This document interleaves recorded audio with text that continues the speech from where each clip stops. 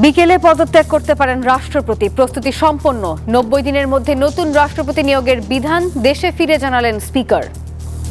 রাষ্ট্রপতি নির্বাচন করে জাতীয় সংসদ, সেটা 3 মাসের মধ্যে করতে হয়। এটা হলো সংসদের পজিশন।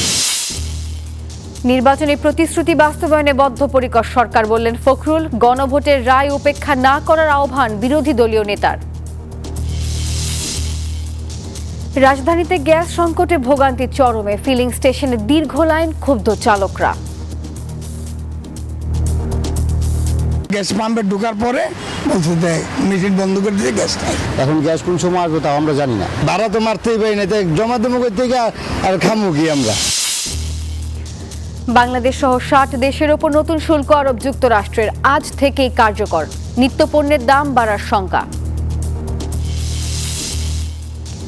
এবং ওয়াংচুক অনশন ভাঙলেও রাজপথে আন্দোলনকারীরা, সিজেপি ও সরকারের বৈঠক। আলোচনা ব্যর্থ হলেই বড় বিক্ষোভের শঙ্কা। স্বাগত নিউজ 24 সংবাদে। আর পুরো আয়োজনের সাথে আছি আমি নাফিসা হক।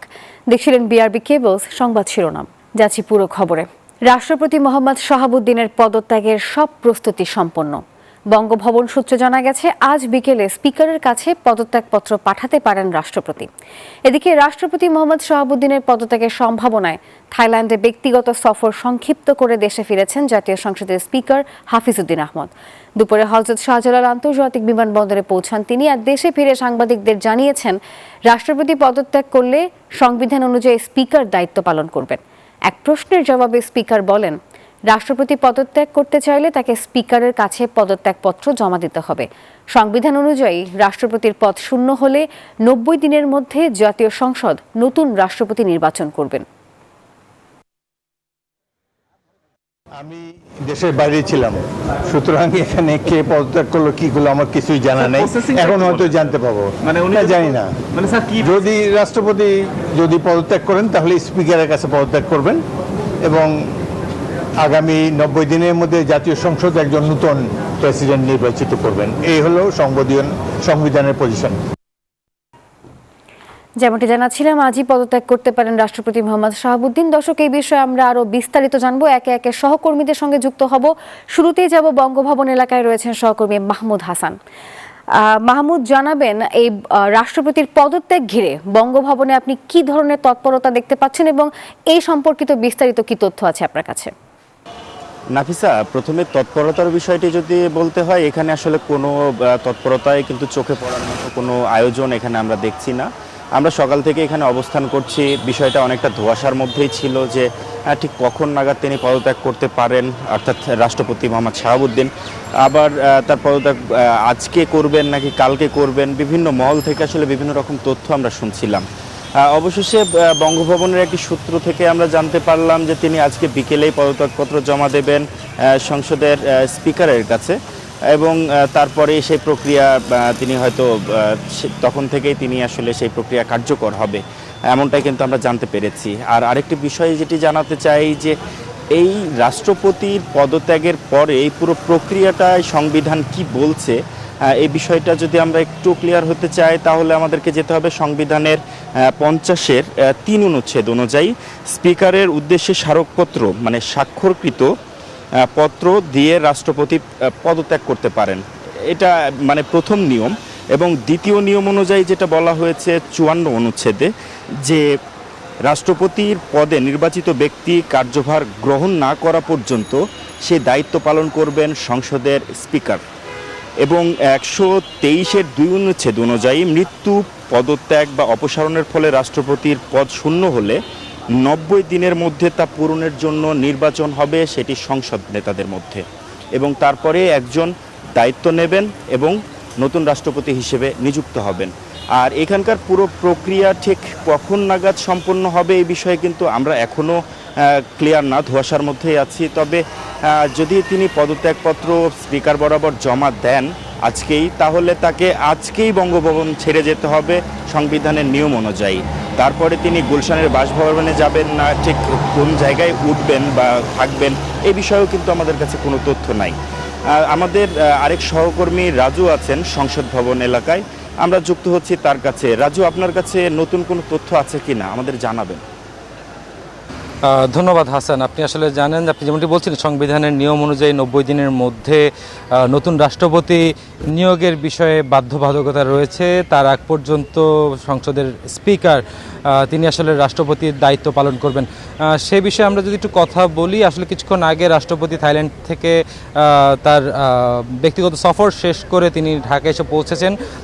বিমানবন্দরে তিনি সাংবাদিকদের সাথে কথা বলেছিলেন, সেখানে তিনি জানিয়েছেন আসলে রাষ্ট্রপতি পদত্যাগের বিষয়টি তিনি এখন পর্যন্ত স্পষ্ট নয়, তবে তিনি সে বিষয়ে সংসদে আসার পর তিনি হয়তো বিস্তারিত জানবেন। কিছুক্ষণ আগে আসলে রাষ্ট্রপতির এই খবর জানানোর পর মাননীয় স্পিকার কিছুক্ষণ আগে আসলে সংসদ ভবনে প্রবেশ করেছেন। আমরা সেই প্রবেশের চিত্র দেখেছি। সেক্ষেত্রে আসলে গণমাধ্যমের সাথে তিনি কোনো ধরনের কথা বলেনি, সরাসরি সংসদের ভেতরে চলে গিয়েছেন। আমরা যেহেতু যতটুকু জানতে পেরেছি বিশ্বস্ত সূত্র অনুযায়ী বিকেল নাগাদ হয়তোবা রাষ্ট্রপতির যেই পদত্যাগপত্র সেটি স্পিকার বরাবর এসে পৌঁছতে পারে। সেই বিষয়ে আসলে এখন পর্যন্ত সুনির্দিষ্ট কোনো তথ্য আমাদেরকে জানানো হয়নি। সেটি বঙ্গভবন থেকেও জানতে পারিনি আমরা, এবং সংসদের ভেতরের অবস্থাটাও আমরা এখন পর্যন্ত জানতে পারিনি। তবে এখানে গণমাধ্যমের যে উপস্থিতি, সেই উপস্থিতি আছে, তারা অপেক্ষা করছেন নতুন এই কোনো আপডেট যদি থাকে সেই বিষয়টি আসলে তিনি জানাবেন। সব কিছু মিলে আমার কাছে সংসদ ভবন থেকে এখন পর্যন্ত এই ছিল সর্বশেষ। রাজু মাহমুদ এবং মাহমুদ হাসান, দুজনকে ধন্যবাদ। নির্বাচনের আগে জনগণের সামনে যে প্রতিশ্রুতি দিয়েছে বিএনপি তা পালনে বদ্ধপরিকর সরকার, জানিয়েছেন বিএনপি মহাসচিব ও স্থানীয় সরকার পল্লী উন্নয়ন ও সমবায় মন্ত্রী মির্জা ফখরুল ইসলাম আলমগীর। সকালে রাজধানীর একটি হোটেলে বেঙ্গল ডেল্টা কনফারেন্সে তিনি এই কথা বলেন। মন্ত্রী বলেন, গণতান্ত্রিক ধারা অক্ষুণ্ণ রাখতে চায় সরকার, একই সাথে আঞ্চলিক সম্পর্ক উন্নয়নেও সরকার বিশেষভাবে আগ্রহী। এ সময় রাষ্ট্রপতি মোহাম্মদ শাহাবুদ্দিনের পদত্যাগ ইস্যুতে গুজবে কান্না দেওয়ার আহ্বান জানান তিনি।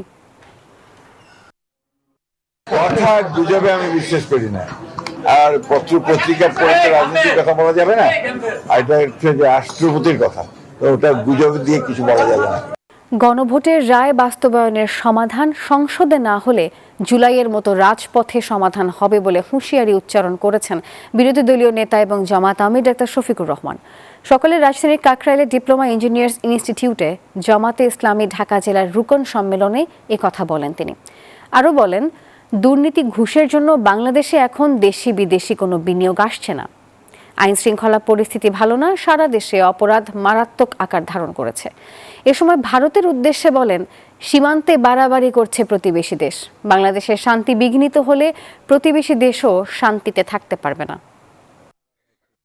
আমরা দেখতে চাই জনগণের রায়কে সরকার সম্মান করছে। আমাদের অন্যায় অপরাধ দেখলে আমাদেরকে ধরে দিন, আমরা কথা দিচ্ছি আমরা সংশোধন করব। এলএনজি সরবরাহ ব্যাহত হওয়ায় রাজধানী জুড়ে দেখা দিয়েছে সিএনজি সংকট। ফিলিং স্টেশনগুলোতে ঘন্টার পর ঘন্টা অপেক্ষা করেও গ্যাস মিলছে না। অনেক পাম্পে রাত থেকেই অপেক্ষা করছেন চালকরা। ছুটির দিনেও রাজধানীর বিভিন্ন সিএনজি স্টেশনে দেখা যায় ভোগান্তির এমন চিত্র। চালকদের অভিযোগ, সময় মতো গ্যাস না পাওয়ায় যাত্রী পরিবহন করতে পারছেন না, আর এতে আয় রোজগারও কমেছে।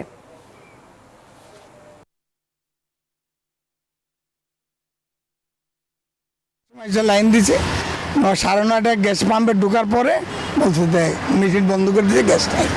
আশা দেখছি প্রথম গ্যাস দিতেছে, আমি আস্তে আস্তে এতটুকু আসার পরে গ্যাস বন্ধ হয়ে যায়। এখন গ্যাস কোন সময় আসবে তাও আমরা জানি না। 5 ঘন্টা চালাতে না পারলে আপনার আয়ের সমস্যা। দ্বিতীয়ত আমি আয় না করলে জমা দিতে পারবো না। এই যে বইয়ে রয়েছে প্রায় 1.5 ঘন্টা ধরে, গ্যাস তো পাইলামই না, মনে করেন ভাড়া তো মারতেই পাই না, তাই জমা দেবো কই থেকে আর খামু কি আমরা। দর্শক, এখনকার খবর জানবো। রাজধানীর তেজগাঁ থেকে যুক্ত হচ্ছেন সহকর্মী রাশেদ রায়হান। রাশেদ, সকাল থেকেই তো আপনি বিভিন্ন ফিলিং স্টেশন ঘুরে দেখেছেন, এখনকার চিত্র কেমন এবং ভোগান্তি কমলো কিনা বিস্তারিত জানাবেন।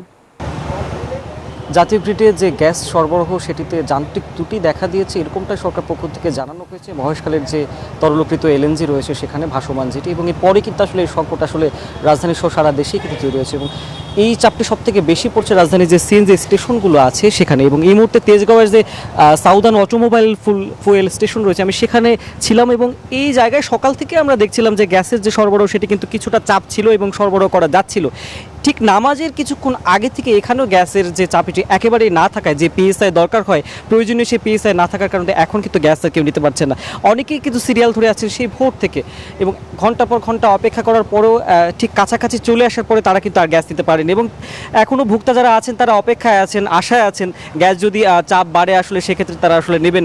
গাড়ির সিরিয়াল একেবারে এই সড়ক পেরিয়ে কিন্তু বেশ অনেকটা দূর চলে গিয়েছে এবং এখন পর্যন্ত সেরকমটাই আমরা দৃশ্য দেখতে পাচ্ছি এবং এই দৃশ্য শুধু একটি যে ফুয়েল স্টেশন এরকম তা নয়, বেশিরভাগ ফুয়েল স্টেশন কিন্তু একই রকম অবস্থা এবং বিশেষ করে এই ভোগান্তিটা কিন্তু পড়ছে যারা নিম্ন আয়ের সিএনজি চালক বা রাইডার রয়েছে, যারা উবার পাঠাও চালান, তারা কিন্তু আসলে এই ভোগান্তিতে বেশি পড়েছেন। তার কারণ তারা কিন্তু আসলে আয় করতে পারছে না গ্যাস না নেয়ার কারণে এবং ঘন্টার পর ঘন্টা অপেক্ষা করে কিন্তু আসলে সরবরাহ কিন্তু আসলে পাওয়া যাচ্ছে না এবং সরকার পক্ষ আমরা আজকে ফোন করেছিলাম জ্বালানি মন্ত্রণালয়ে, সেখানে সচিবের সাথে কথা বলে তিনি জানিয়েছেন যে যান্ত্রিক ত্রুটি নিয়ে হয়েছে সেটিতে এক্সপার্ট টিম সেটি নিয়ে আসলে কাজ করছে এবং তিনি সময় না বললেও বলেছেন যে শিগগিরই আসলে সমাধান হবে এবং সেই ত্রুটি না সারা পর্যন্ত কিন্তু গ্যাসের যে সংকট সেটি কিন্তু আসলে সমাধানের কিন্তু আসলে সুযোগ নেই। আমরা চেষ্টা করবো দু একজনের সাথে কথা বলার। কতক্ষণ ধরে আসলে আপনি অপেক্ষায় আছেন গ্যাস পাওয়ার জন্য? আমি আসলে 10:30 দাঁড়াইছি, এখনো গ্যাস পাইনি, এখনো চেষ্টা আছি, দেখি পাই কিনা। গ্যাস তো এখানে নাই, কি করবেন? আর না থাকলে আমার অপেক্ষা করতে হবে, যখন পাম্প ছাড়বে তখন আমরা চেষ্টা করবো গ্যাস নেওয়ার জন্য। যেমনটি দেখছিলেন যে সব পাম্পগুলোতে কিন্তু একই রকম অবস্থা, আসলে ঘন্টার পর ঘন্টা অপেক্ষা করে কিন্তু আসলে গ্যাসের যে দেখা সেটি কিন্তু আসলে এখন পর্যন্ত মিলছে না। এই ছিল আসলে সিএনজি স্টেশন থেকে ফুয়েল না পাওয়ার যে ভোগান্তির পরিস্থিতি, সেটি সব শেষ। রাশেদ, ধন্যবাদ আপনাকে। শিখা অনির্বাণে পুষ্পস্তবক অর্পণের মাধ্যমে মুক্তিযুদ্ধের শাহাদাত বরণকারী বীর শহীদদের প্রতি শ্রদ্ধা নিবেদন করেছেন নবনিযুক্ত নৌবাহিনী প্রধান ভাইস অ্যাডমিরাল খন্দকার মিসবাউল আজিম। সকালে ঢাকা সেনানিবাসে শ্রদ্ধা নিবেদন করেন তিনি। আর শ্রদ্ধা নিবেদন শেষে নৌবাহিনী প্রধান শিখা অনির্বাণের পরিদর্শন বইতে স্বাক্ষর করেন। পরবর্তীতে তিনি নৌ সদর দফতরে পৌঁছলে তাকে আনুষ্ঠানিকভাবে নৌবাহিনীর একটি সুসজ্জিত দল গার্ড অফ অনার প্রদান করে।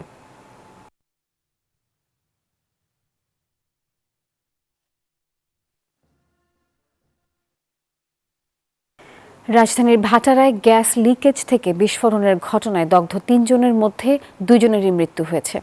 আজ ভোরে জাতীয় বয়ান অ্যান্ড প্লাস্টিক সার্জারি ইনস্টিটিউটে মারা যান তারা। চিকিৎসকরা জানান একই ঘটনায় আরেকজন হাসপাতালে ভর্তি রয়েছেন, তার অবস্থাও আশঙ্কাজনক।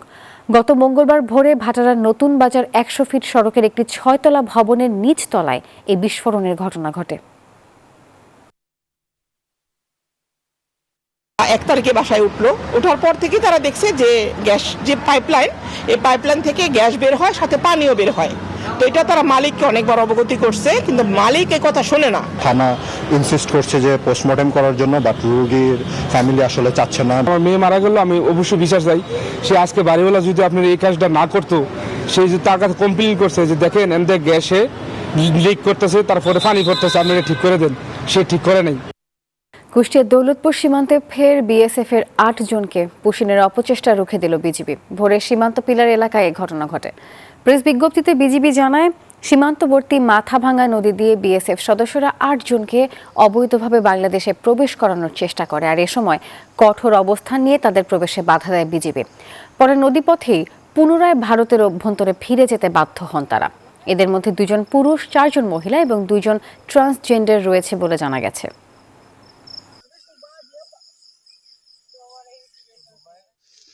নিজের দলকেই দেশের প্রকৃত ইসলামী দল বলে দাবি করেছেন ইসলামী আন্দোলনের আমির ও চরমনায় পীর সৈয়দ রেজাউল করিম। শুক্রবার বায়তুল মোকাররম মসজিদের উত্তর গেটে ইসলামী যুব আন্দোলনের সমাবেশে বক্তব্য রাখেন তিনি, আর বলেন অনেকে ইসলামের নামে ধোঁকাবাজি করছে। দেশের মুক্তি বাস্তবায়নে সকলকে ঐক্যবদ্ধ থাকার পাশাপাশি দেশ গঠনে যুবকদের এগিয়ে আসার আহ্বান জানান।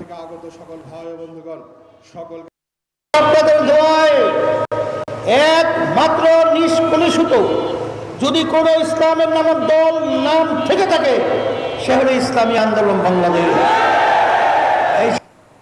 টানা বৃষ্টির প্রভাবে রাজধানীর কাঁচা বাজারগুলোতে সবজির দাম আবারও বাড়তে শুরু করেছে। সরবরাহ ব্যবস্থায় বিঘ্ন ঘটায় বর্তমানে অধিকাংশ সবজির দামই সেঞ্চুরি করেছে, আর ডাবল সেঞ্চুরির ঘরে রয়েছে কাঁচা মরিচের দাম। বেড়েছে মাছ মাংসের দামও। সাপ্তাহিক ছুটির সকালে রাজধানীর কারওয়ান বাজারে ক্রেতা থাকলেও স্বস্তি নেই। সপ্তাহান্তে রাজধানীর বাজারে সেঞ্চুরি পেরিয়েছে সবজি, বেশিরভাগই দাম এখন 100 থেকে 120 টাকার ঘরে। নানান সবজিতে বাজার ঠাসা থাকলেও দামের কারণে ব্যাগ ভর্তি করতে পারছে না ক্রেতারা। ধুন্দুল প্রতি কেজি 70 থেকে 80 টাকা, টমেটো 120 থেকে 140 টাকায় বিক্রি হচ্ছে, শসা বিক্রি হচ্ছে 100 থেকে 120 টাকা। এছাড়াও বেগুন, ঝিঙে, চিচিঙ্গা পাওয়া যাচ্ছে 100 টাকা দরে। তবে মরিচের দাম এখন ডাবল সেঞ্চুরির ঘরে।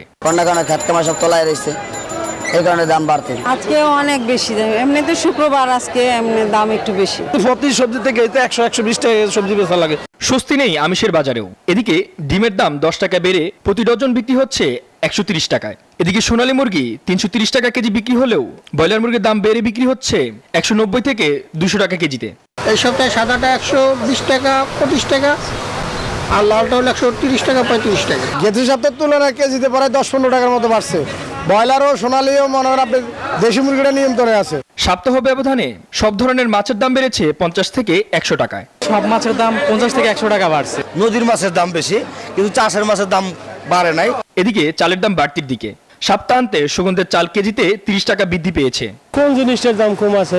সব জিনিসের দামই বাড়ছে, কই তরকারি সবই বাড়ছে। খোলা চাল গত সপ্তাহে ছিল 170 টাকা 75 টাকা, সেই চাল 200 টাকা কেজি, মানে 10,000 টাকা 50 কেজির বস্তা। এক সপ্তাহের মধ্যে 30 টাকা বাড়ছে। তবে গরু ও খাসির মাংসের দাম রয়েছে আগের মতোই। মামুন ইসলাম, নিউজ 24, ঢাকা। জোরপূর্বক শ্রম প্রতিরোধে যথাযথ ব্যবস্থা না নেওয়ার অভিযোগে বাংলাদেশ সহ 60টি বাণিজ্য অংশীদারের ওপর নতুন শুল্ক আরোপ করেছে যুক্তরাষ্ট্র। আমদানিকৃত পণ্যের ওপর 10 থেকে 12.5% পর্যন্ত এই শুল্ক আজ থেকেই কার্যকর হয়েছে। এর আগে গত 2 জুন প্রথম এই শুল্ক আরোপের প্রস্তাব দিয়েছিল হোয়াইট হাউস। এর ফলে চীন, ভারত, কানাডা ও যুক্তরাজ্যের পাশাপাশি বাংলাদেশও যেমন বাণিজ্যে চ্যালেঞ্জের মুখে পড়বে, ঠিক তেমনি বিশ্বজুড়ে নিত্যপণ্যের দাম আরও বাড়ার আশঙ্কা করছেন অর্থনীতিবিদরা।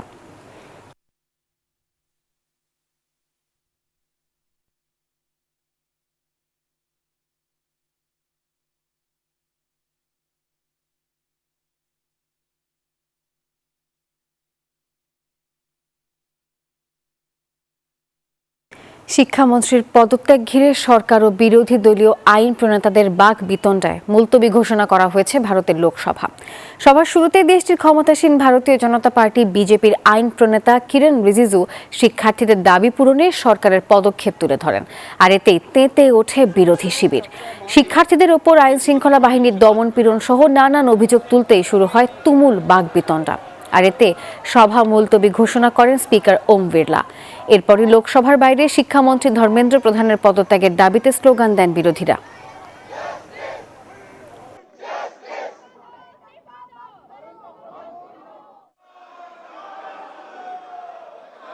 ভারত সরকারের সঙ্গে আলোচনায় বসেছে বিক্ষোভকারীরা। তবে সোনাম ওয়াংচুক অনশন ভাঙলেও দাবি আদায় আন্দোলনে অনড় ককরোচ জনতা পার্টি। দাবি না মানলে দেশজুড়ে পদযাত্রা কর্মসূচি চলবে বলে তারা জানিয়েছেন। আর এদিকে মোদী সরকার প্রতিবাদী শিক্ষার্থীদের দেশের শত্রু হিসেবে গণ্য করছে এমন অভিযোগ তুলেছেন কংগ্রেস নেত্রী সোনিয়া গান্ধী। দুশ্চিন্তা আর দীর্ঘশ্বাস, প্রতীক্ষার প্রহর যেন কাটছেই না। সবার নজর এখন কনস্টিটিউশন ক্লাব অব ইন্ডিয়ার দিকে, যেখানে প্রথমবারের মতো বৈঠকে বসেছে ককরোচ জনতা পার্টি ও কেন্দ্রীয় সরকার। উজ্জ্বল ভবিষ্যৎ ও শিক্ষা খাতে সংস্কারের দাবিতে দিল্লির যন্তর মন্তরে শান্তিপূর্ণ অবস্থানে আন্দোলনরত শিক্ষার্থীদের এই অপেক্ষা জয় নিয়ে ঘরে ফেরার। পাশাপাশি দাবি আদায় না হলে দেশজুড়ে পূর্ব ঘোষিত পদযাত্রা কর্মসূচির প্রস্তুতিও নিয়েছে সিজেপি। শিক্ষা সচিব বিনীত যোশীকে হটানো নয়, দাবি কেন্দ্রীয় মন্ত্রী ধর্মেন্দ্র প্রধানের পদত্যাগ। আমরা এটা খুব স্পষ্ট করে দিতে চাই যে ধর্মেন্দ্র প্রধান পদত্যাগ না করা পর্যন্ত যন্তর মন্তরে প্রতিবাদ অব্যাহত থাকবে। শুরু থেকেই এটাই আমাদের দাবি, প্রধান পদত্যাগ না করা পর্যন্ত আমরা পিছু হটব না। এর মধ্যে বিক্ষোভ ঠেকাতে দিল্লির আইন শৃঙ্খলা বাহিনীর ছুটি বাতিল করেছে কেন্দ্রীয় সরকার। তবে বল প্রয়োগে হিতে বিপরীতের বিগত অভিজ্ঞতায় চিন্তার ভাঁজ ফেলেছে আইন শৃঙ্খলা বাহিনীর কর্তাদের কপালে। এদিকে টানা ২৬ দিন পর কেন্দ্রীয় সরকারের ঊর্ধ্বতন মন্ত্রীদের উপস্থিতিতে কঠোর অনশনের ইতি টানলেন লাদাখের সমাজকর্মী সোনম ওয়াংচুক। রাতেই এক ভিডিও বার্তায় নরেন্দ্র মোদী অপরাধীদের কঠোর শাস্তি নিশ্চিত করতে ফাস্ট ট্র্যাক আদালত গঠনের রূপরেখা তুলে ধরেন। প্রধানমন্ত্রীর এই ঘোষণায় দোষীদের দ্রুত আইনের আওতায় আনার হুঁশিয়ারিও দেওয়া হয়। পরীক্ষায় লেনা বহুত জরুরি থা। এদিকে এবার নীরবতা ভাঙলেন সোনিয়া গান্ধী। বিক্ষোভ মোকাবেলায় সরকারের ভূমিকা নিয়ে সমালোচনা করেন এই কংগ্রেস নেত্রী। আফরিন মৌ, নিউজ 24। নভেম্বরে বাংলাদেশে বসছে সাফ ফুটবল চ্যাম্পিয়নশিপ আসর। ৮ বছর পর দক্ষিণ এশিয়ার শ্রেষ্ঠত্বের লড়াইয়ে নিজেদের মাটিতে খেলবেন হামজা সমিত সোমরা। টুর্নামেন্ট আয়োজনে জাতীয় স্টেডিয়াম ছাড়া আরও একটি স্টেডিয়াম বাছাই করার পরিকল্পনা রয়েছে ফেডারেশনের, আর এমনটাই জানিয়েছেন বাফুফের সহসভাপতি ফাহাদ করিম। সাফকে গুরুত্ব দিয়ে সেপ্টেম্বরের উইন্ডোতে 3টি প্রস্তুতি ম্যাচ খেলার কথাও জানান বাফুফের এই কর্মকর্তা। দীর্ঘ অনিশ্চয়তার পর অবশেষে সাফ চ্যাম্পিয়নশিপ আয়োজনের সূচি চূড়ান্ত হয়েছে। আগামী 4 থেকে 17 নভেম্বর ঢাকার জাতীয় স্টেডিয়ামে অনুষ্ঠিত হবে দক্ষিণ এশিয়ার সবচেয়ে মর্যাদাপূর্ণ এই ফুটবল টুর্নামেন্ট। আয়োজক হিসেবে বাংলাদেশকে চূড়ান্ত করেছে সাউথ এশিয়ান ফুটবল ফেডারেশন। আগামী 25 জুলাই ঢাকায় আনুষ্ঠানিকভাবে টুর্নামেন্টের লোগো উন্মোচন করা হবে। এরপর 1 আগস্ট ভুটানের থিম্পুতে অনুষ্ঠিত হবে গ্রুপ পর্বের ড্র, যেখানে নির্ধারিত হবে দলগুলোর প্রতিপক্ষ। এই আসর সামনে রেখে নতুন ঘাস লাগানোর কাজ চলছে জাতীয় স্টেডিয়ামে। সেপ্টেম্বরের মধ্যেই মাঠের কাজ শেষ হয়ে যাবে। তবে বাফুফে মনে করছে সাফের ভেন্যু আপাতত জাতীয় স্টেডিয়ামেই নির্ধারণ করবে তারা। যদি সাফের কমিটি চায় তাহলে আরো একটি স্টেডিয়াম বাছাই করার পরিকল্পনা আছে ফেডারেশনের। সাফ আমাদের সাথে বসবে, যখন ফিক্সচারটা হয়ে যাবে তখন আমরা প্ল্যানিং করতে পারবো এটা কি একজনই হবে নাকি দুজনই হবে, এটা কি ঢাকায় হবে না ঢাকার বাইরেও আমরা রাখবো। বাট প্রাথমিকভাবে আমাকে যেটা বলা হয়েছে সাফের পক্ষ থেকে তারা ঢাকায় চাচ্ছে এবং একটা ভেন্যুতে চাচ্ছে। সান ম্যারিনো সফরের পর বাংলাদেশের ফুটবলাররা আর কোনো আন্তর্জাতিক ম্যাচ খেলেননি। তবে সাফ শুরুর আগে অন্তত 3টি ম্যাচ খেলার পরিকল্পনা আছে বাফুফের। সেপ্টেম্বরে একটা উইন্ডো আছে, সেপ্টেম্বর থেকে অক্টোবর একটা উইন্ডো আছে, প্রায় 14 দিনের window if I am not wrong. So এই উইন্ডোতে আমরা ন্যূনতম 2টো বাট অ্যাকচুয়ালি চেষ্টা করবো 3টা খেলা আয়োজন করার জন্য প্রথমত, এবং এরপরে সাফকে কেন্দ্র করে সাফের আগে ক্যাম্প প্রস্তুতি এটা ডেফিনেটলি আমাদের কোচ সাহেব করবে। সবশেষ 2018 সালে সাফ চ্যাম্পিয়নশিপ আয়োজন করেছিল বাংলাদেশ। 8 বছর পর সাফ ফুটবল আয়োজনের সুযোগ। 2003-এর পর এই আসরের শিরোপা জেতেনি লাল সবুজরা। এবার হামজা ফামিদুলদের সামনে বেশ বড় একটা সুযোগ বাংলাদেশকে আরো একটি শিরোপার স্বাদ দেয়ার। ইশতিয়াক দীপু, নিউজ 24, ঢাকা। আর্জেন্টিনাকে বিদায় জানালেন বিশ্বকাপ জয়ী নিকোলাস ওতামেন্দি। আবেগ ঘন এক বার্তায় আন্তর্জাতিক ফুটবলকে আনুষ্ঠানিকভাবে বিদায় জানিয়েছেন 38 বছর বয়সী এই ডিফেন্ডার। 2026 বিশ্বকাপের ফাইনালে হারের হতাশা এখনও পুরোপুরি কাটিয়ে উঠতে পারেননি নিকোলাস ওতামেন্দি। তবে অতীতকে পেছনে ফেলে নতুন অধ্যায় শুরু করার প্রস্তুতি নিচ্ছেন তিনি। এরই মধ্যে রিভার প্লেটের হয়ে অনুশীলনও শুরু করেছেন নিকোলাস। আর্জেন্টিনার জার্সিতে ওতামেন্দি খেলেছেন 139টি ম্যাচ, 2022 বিশ্বকাপ এবং 2টি কোপা আমেরিকার শিরোপাও জিতেছেন এই ডিফেন্ডার।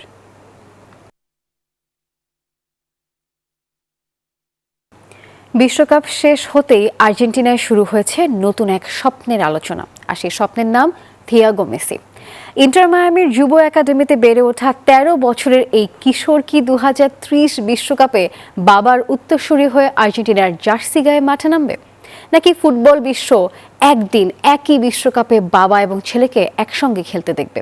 এমনি নানা প্রশ্ন এখন ঘুরপাক খাচ্ছে ফুটবল প্রেমীদের মনে। 4 বছর আগে কাতারে বিশ্বকাপ জয়ের মধ্য দিয়ে যেন শেষ অধ্যায় লিখে ফেলেছিলেন লিওনেল মেসি। কিন্তু 2026 বিশ্বকাপে 39 বছর বয়সেও সবাইকে চমকে দিয়ে আর্জেন্টিনাকে টানা দ্বিতীয়বার ফাইনালে তুললেন ফুটবল ইতিহাসের এই মহাতারকা। যদিও শেষ পর্যন্ত স্পেনের কাছে হেরে রানার্স আপ হয় আলবিসেলেস্তেরা, তবুও পুরো টুর্নামেন্ট জুড়ে নেতৃত্ব আর পারফরম্যান্সে আবারও আলোচনার কেন্দ্রে ছিলেন মেসি। বিশ্বকাপ শেষ হতেই শুরু হয়েছে নতুন এক স্বপ্নের গল্প। 2030 বিশ্বকাপে মেসির বয়স হবে 43। তাই অনেক আর্জেন্টাইন সমর্থকের চোখ এখন তার বড় ছেলে থিয়াগো মেসির দিকে। বর্তমানে 13 বছর বয়সী থিয়াগোর বয়স 2030 সালে হবে 18। যদি এই সময়ের মধ্যে পেশাদার ফুটবলে নিজেকে প্রতিষ্ঠিত করতে পারে তাহলে জাতীয় দলের দরজায় কড়া নাড়াও অসম্ভব নয়। আর যদি অবিশ্বাস্য কিছু ঘটে, আন্তর্জাতিক ফুটবলে টিকে থাকেন মেসিও, তাহলে একই বিশ্বকাপে বাবা ছেলের আর্জেন্টিনার জার্সি গায়ে মাঠে নামার বিরল ইতিহাসও দেখা যেতে পারে। ইন্টার মায়ামির যুব একাডেমিতে নিয়মিত অনুশীলন করছে থিয়াগো।